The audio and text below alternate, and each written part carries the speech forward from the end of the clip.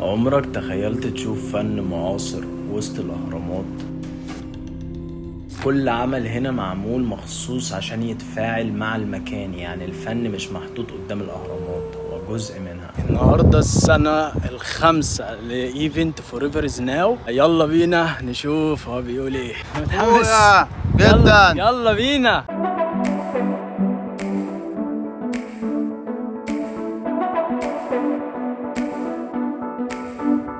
نركب الشاطئ الباص. يلا بينا يلا بينا يلا بينا. ايه الشطر ده؟ مساء الفل يا شباب. اللي هو المعرض. معرض بس مش موجود. طب اقرب حاجه ليه ايه ولا ايه الكلام؟ اقرب حاجه ليها مشي كتير يعني مش ماشي بس كمحطه. اللي هو مش واقف برضه. اقرب حاجه ليه مش واقف. بانوراما، محطه بانوراما. بالنسبه للمعرض، معرض الباص بتاعه مش موجود، فخلينا نشوف كده هنعمل ايه. ايه يا صديقي، يلا بينا ولا ايه؟ يلا يا صاحبي، ده احنا مستنيين الباص يا صاحبي.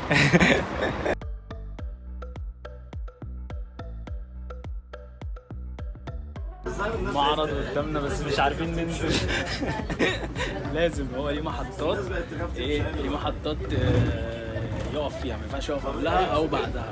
فللاسف نروح البانوراما، بعد كده نرجع نتمشى فوق المحطات الصغيره دي.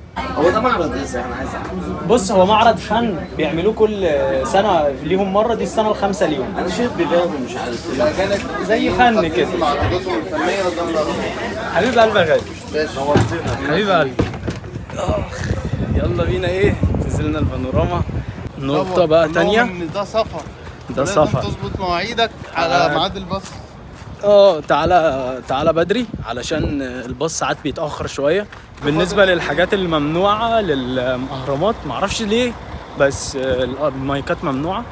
فأنا عن نفسي كان سام دخل بمايك واتمنع. أنا ما اتكشفتش، كان مايك واحد.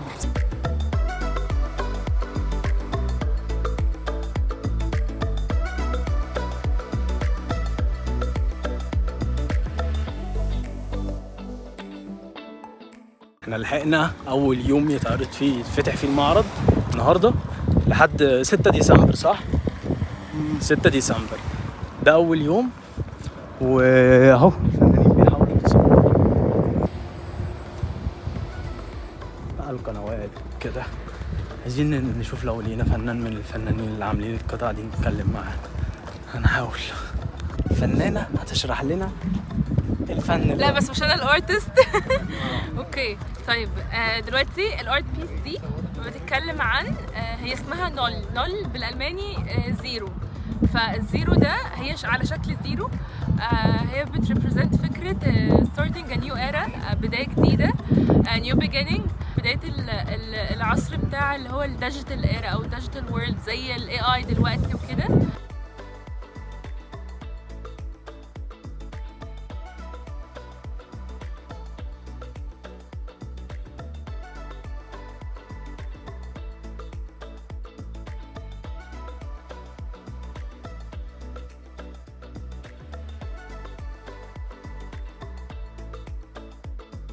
ده السابع تقريبا، الفن السابع.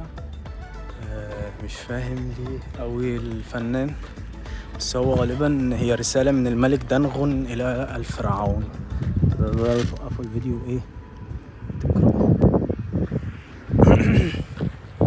يعني في مرايات في الأرض ومثلثات. هل بقى المثلثات مستوحاة من الأهرامات وكده ولا لأ؟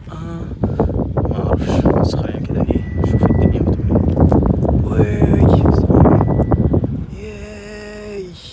ايه رأيك في المعرض يا فنان؟ تحفه تحفه تحفه. جينا أول يوم لحقنا كده وعلى الخروج، فالدنيا في الجو رايق ومفيش ناس كتير، فتعرف تصور وتظبط الدنيا. ايه رأيك بقى في الفن اللي احنا عمالين نتريق عليه من الصبح؟ لا، بعد ما بيتشرح لك وبتفهم الفكره اللي وراه بتحس بعظمه. تفهم الفنان كان قصده ايه. احنا ده السابع، هو زي ممر كده ممشى تمشي فيه لحد ما توصل لاخر واحد.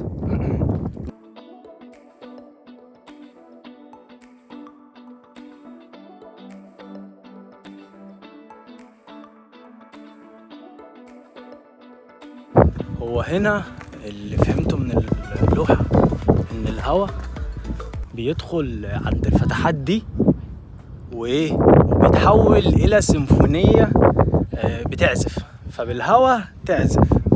بس المفروض ما شاء الله حظنا حلو، الهواء جاي عكس، الهواء جاي كده مش كده. شوف الهواء يعزف في المفروض يا صاحبي ان الهواء بيدخل من الفتحات دي بيطلع يعزف زي السيمفونية يا صاحبي. هي نفس آلية عمل السيمفونية بس بطريقة مختلفة شوية.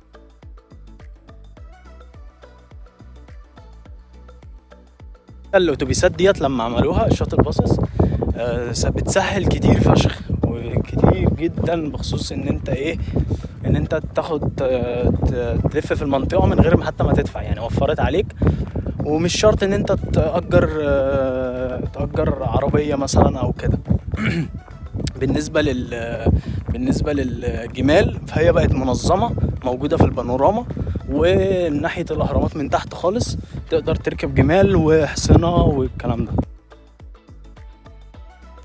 كان يوم جميل، واحنا كنا موفقين في الوقت بس مش موفقين في الباص في الأتوبيسات علشان الأتوبيس اتأخر شوية، فاعملوا حسابكم. يلا في شاطئ الباص يا باشا جاي هناك اهو. يلا بس صورة من هنا.